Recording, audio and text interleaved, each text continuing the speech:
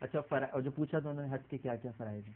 حج میں دو چیزیں لازمی ہیں جن کے بغیر حج کا تصور ہی نہیں. یہ شاہ صاحب کے منہ سے نکل گیا کہ مجازن اس کو قرآن نے بیت اللہ کہا ہے. ایک صورت کعبہ ہے، ایک حقیقت کعبہ ہے. صورت کعبہ یہ 4 دیواری ہے، حقیقت کعبہ اللہ کی ایک تجلی ہے. اسی لیے 120 رحمتیں ہر لمحے وہاں ہو رہی ہیں. 60 طواف کرنے والوں کو ملتی ہیں، 40 نماز پڑھنے والوں کو، اور 20 صرف ان کو ملتی ہیں جو محبت سے کعبے کو دیکھ رہے ہیں. تو رحمت ہی رحمت ہے. یہ ذہن میں رہے. ایک تو احرام فرض ہے، بغیر احرام کے نہیں ہو.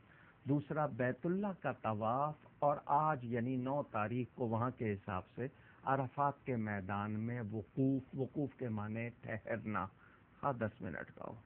اگر داخل نہیں ہوا آج کی تاریخ میں احرام میں، حج نہیں ہوگا. اس کے بعد کچھ چیزیں واجب ہیں، مثلا طواف ہیں 2 حجی پر، یعنی طواف زیارہ بھی اور طواف وداع بھی. عمرہ والے پر طواف وداع نہیں ہے لیکن حاجی پر ہے، اس کو کرنا ہے. تو ایک تو یہ کہ اس نے احرام باندھا ہو میقات سے پہلے. میقات اس جگہ کو کہتے ہیں جہاں کہیں بیرونی سفر کر کے آنے والا اس مقام سے اگر گزرے گا تو احرام کی حالت میں گزرے گا، ورنہ وہ اس کا وہ شمار نہیں ہوگا. تو وہ اس کو یہ 2 چیزیں لازمی، بیت اللہ کا طواف اور وقوف عرفات. یہ بتا دیجیے گا علامہ صاحب کہ طواف وداع کا جو آپ نے ذکر کیا، طواف زیارت اگر رہ گیا تو کیا کیا جائے، اور اگر طواف وداع رہ گیا تو کیا کیا جائے؟ دونوں میں کوئی فرق ہے؟ جی، طواف وداع رہ جائے گا تو دم ہوگا. طواف زیارہ رہ گیا تو بیوی حلال نہیں رہے گی. یہ ویسے آپ یہ بتا دیں کھل کر. لوگ جی نہیں، لوگ سمجھتے نہیں نا، دیکھیے یہ بتانا. اگر طواف زیارہ جو حاجی نے وقوف عرفہ کے بعد کرنا ہے، 10ویں تاریخ کو ہم لوگ عید مناتے ہیں، حاجی پر عید نہیں ہوتی. اس دن اس کے 4 کام ہیں. سب سے پہلا کام کہ وہ فجر کے بعد مزدلفہ سے آئے گا مینا، اور جمرائے اولا جس کو کہتے ہیں بڑا جو ہے سب سے، اس پر کنکر 7 مارے گا. اس کے بعد اس نے قربانی کرنی ہے. قربانی کے بعد اس نے بال کٹوانے ہیں یا سر مڈانا. پھر چوتھا کام مکہ مکرمہ آ کر طواف زیارہ کرنا ہے. تو طواف زیارہ اگر نہیں کیا، مثلا عورت ہے اور ایسی حالت میں ہے کہ نہیں کر سکتی، تو انتظار کرے گی، اس کے بغیر نکلے گی نہیں وہاں سے. وہ فلائٹ ہے یا نہیں ہے، نکلنا نہیں ہے اس نے، ورنہ اس کا نکاح جو ہے وہ اس کی حالت نہیں رہے گی، یعنی وہ اپنے شوہر پر حلال نہیں ہو. اور اگر یہ لوگ چلے گئے ملک سے، وہاں سے واپس چلے گئے، ملک آ گئے اپنے، واپس جانا ہوگا.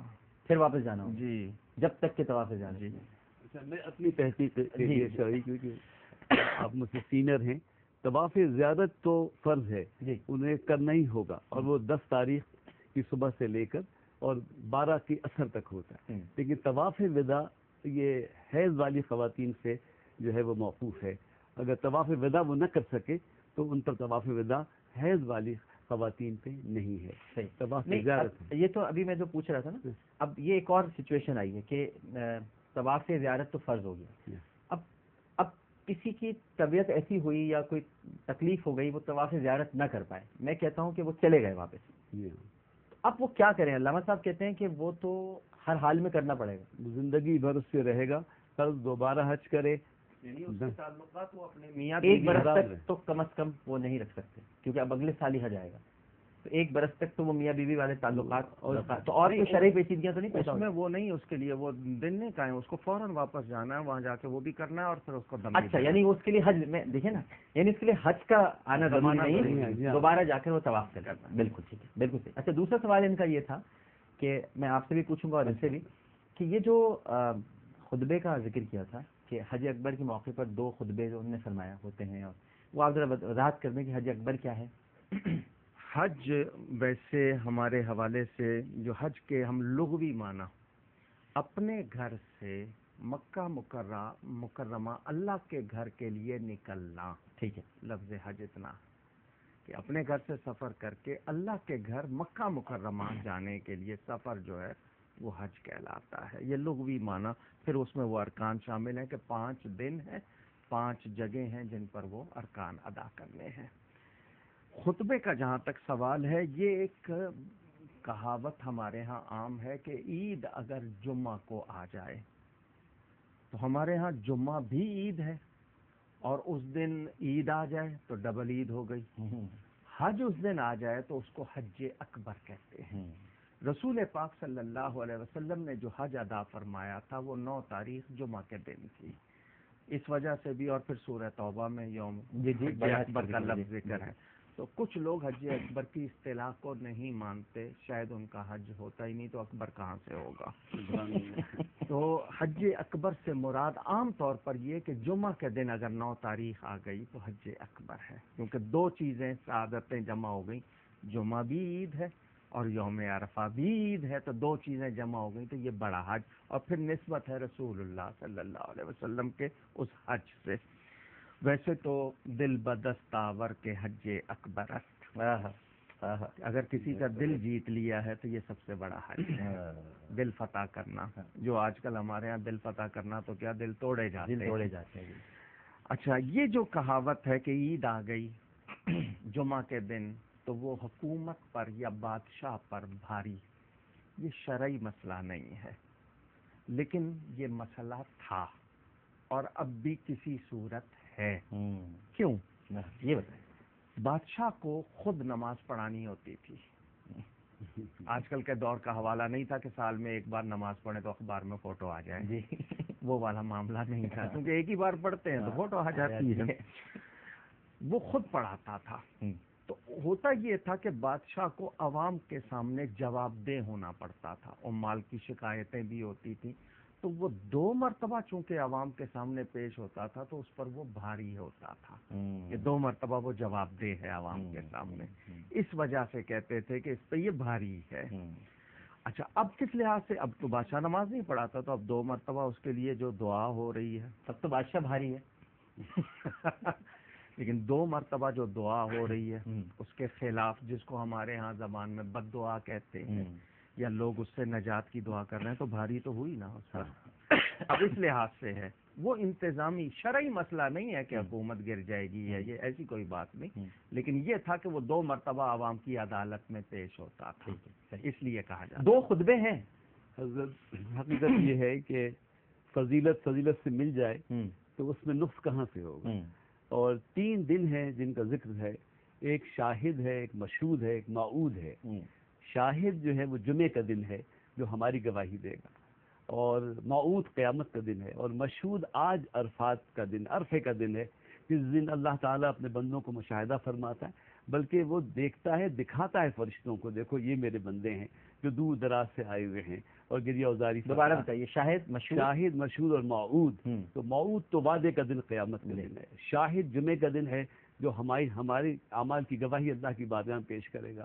اور مشہود عرفے کا دن ہے جس دن اللہ رب کائنات اپنے بندوں پہ فخر کرتا ہے اور فرشتوں کو دکھاتا ہے کہ دیکھو یہ میرے بندے ہیں جو میری محبت میں اب دور دور سے آئے ہوئے ہیں، اور جس طرح گریہ اوزاری اور اللہ اکبر. اور اگر جمعے کے دن، جمعہ کے دن وہ ہے جو شاہد بھی ہے، اور عرفہ کو مشہود مل جائے جو سرکار نے حج فرمایا، اور قیامت بھی جمعے کو آئے گی.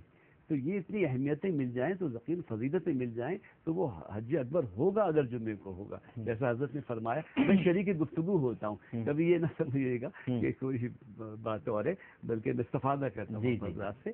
تو آپ کہ حج اکبر کا لفظ قرآن میں ہو اور کوئی نہ مانے تو شاید اس کی توجہ اس طرح نہیں ہے. اور سب سے بڑی بات یہ ہے کہ جس دن آپ کی توبہ قبول ہو جائے نا، لاکھ سجدوں کی بات کرتے ہو، ایک سجدہ قبول ہو جائے. ہر عمرہ حج ہے اور ہر حج اکبر ہے اگر قبول ہو جائے، لیکن کیونکہ نسبتیں فضیلتیں بڑھاتی ہیں تو جمعے کی نسبت اگر مل جائے، نسبتیں فضیلتیں بڑھاتی ہیں. کیا بات ہے. ان کے جملے کو لے لیجئے، تو جو رمضان کا عمرہ ہے اس کو کہا گیا. کیا بات کی، بہت اچھا آپ نے خوبصورت بالکل استنباط کیا. اصل میں فضیلت کا مرکز حضور کی ذات ہے. جس چیز کو حضور سے نسبت ہو گئی وہ فضیلت مانگ ہو گئی. نسبتیں فضیلتیں بڑھاتی ہیں آپ نے کہا، اور کیا خوبصورت مثال انہوں نے رمضان کے عمرے کی کو ہے. لیکن میں یہ چاہتا تھا اپنی گفتگو میں آپ سے شیئر کرنا چاہتا ہوں کہ اس حج کے اس مقصد کو جو اس میں روحانیت ہے اور جو اللہ تعالیٰ کی محبت ہے، جو جانثاری ہے، اس کو نہ بھلایا جائے. یہ احرام اور اس کی جو شرائط حج میں سے ہے یا نیت ہے وہ تو ہے، لیکن یہ جو کفن پوشی ہے اور دنیا سے بے رغبتی ہے اور اپنی موت کو یاد رکھنا ہے. جب آپ بیت اللہ شریف میں ہوں تو سمجھیں کہ اللہ کے گھر میں ہیں، اور جب عرفات میں ہو تو سمجھیں کہ عرصہ محشر میں ہے. تو اس روحانیت کو اللہ کے واسطے نہ بھولیں. اور جب لوٹے قربانی کرنے کے بعد، اپنی جان قربان کرنے کے بعد، تو کتنے بھی قیمتی کپڑے پہنے، اپنے اندر وہی انسان جو اللہ کی طرف لوٹ چکا ہے اس کو نہ بھلائیں. آج اتنا عظیم دن ہے ڈاکٹر صاحب کہ آج کا سورج تمام عرفے کے مقیم مہمانوں ضیف الرحمان کے گناہ لے کے ڈوبتا ہے. ٹھیک ہے، بالکل صحیح. 10 سیکنڈ میں ایک جواب دے دیجیے کیونکہ مغرب کی اذان کا وقت ہو رہا ہے، روزے داروں کو روزہ بھی افطار کرنا ہے. ماشاءاللہ. سوال یہ ہے کہ جو انہوں نے پوچھا تھا کہ یہ جو حاجی جب آتے ہیں تو پھر کہتے جی کھانا نہیں کھلایا انہوں نے ہمیں. یہ کوئی ایسی رسم نہیں ہے کہ لوگوں کا ہوتا تھا اہتمام کہ حاجی آ کے لوگوں کو کھانا کھلائے یا اس کو کھانا کھلائے. یہ نہ کوئی رسم ہے نہ شریعت ہے. لوگوں کی محبت ہے کہ ان آنکھوں کو دیکھ لیں جو روضہ رسول اور کعبہ دیکھ کے آئے. ٹھیک، ایک سیکنڈ مجھے دیکھ جی جی بالکل. حاجی صاحب کو جاتے وقت بھی پھولوں کا انتظار نہیں کرنا چاہیے. جاتے وقت حاجیوں کو لوگوں سے مل کے معافی مانگنا چاہیے، اور جب حاجی واپس آئیں تو لوگوں کو ان سے مل کے دعا کرانی چاہیے. ہاں بالکل ٹھیک ہے، بالکل صحیح. ناظرین کرام، یہاں لیتے ہیں ایک چھوٹا سا وقفہ. وقفے کے بعد دوبارہ حاضر ہوں گے. جن لوگوں کا آج روزہ ہے وہ اب افطار کریں، کراچی میں رہنے والے، کیونکہ بقیہ علاقوں میں تو اذان مغرب ہو گئی ہے، لیکن کراچی میں رہنے والے اپنے روزے کو افطار کریں جنہوں نے عرفہ کا روزہ رکھا ہے. ایک وقفہ، وقفے کے بعد دوبارہ حاضر ہوں گے مکرم علی خان کے ساتھ. ایک پروگرام میں بہت شکر گزار ہوں علامہ کوکب نورانی کالوی صاحب آپ کا، علامہ حمزہ علی قاری صاحب کا. گفتگو میں کہیں کوئی غلطی ہوئی ہو اللہ کی بارگاہ میں توبہ کرتا ہوں، اور آپ کے ذریعے تمام ملت اسلامیہ کو حج اور عید کی مبارکباد پیش. آپ کو بھی بہت بہت مبارک ہو. ایک وقفہ. السلام علیکم ورحمۃ اللہ.